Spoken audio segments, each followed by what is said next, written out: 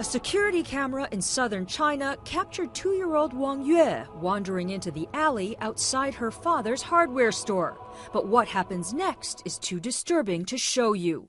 A white van barrels into the toddler, running her over not once but twice. A few minutes later, a truck approaches and drives over her motionless body. The video outraged the public when it hit the internet here. Equally shocking to citizens, the reaction of passersby, pedestrians, cyclists, drivers, more than a dozen of them who didn't stop to help. Millions are weighing in on what they see as a decline of morality on Weibo, China's version of Twitter.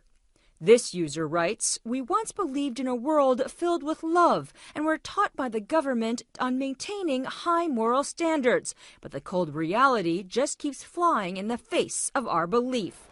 Some observers argue the country's education system has failed to cultivate a respect for human life as 1.3 billion people compete to climb up the economic and social ladder.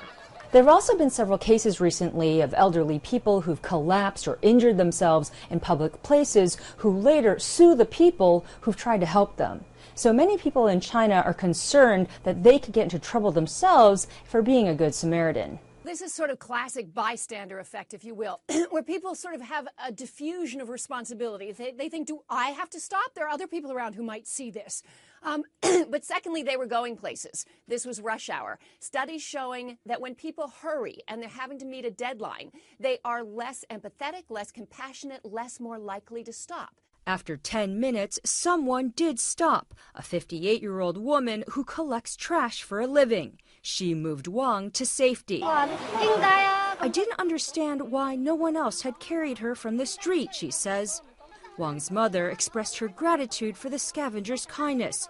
Both drivers have since been detained, and the little girl is now in hospital, where she remains in critical condition. Eunice Yoon, CNN, Beijing.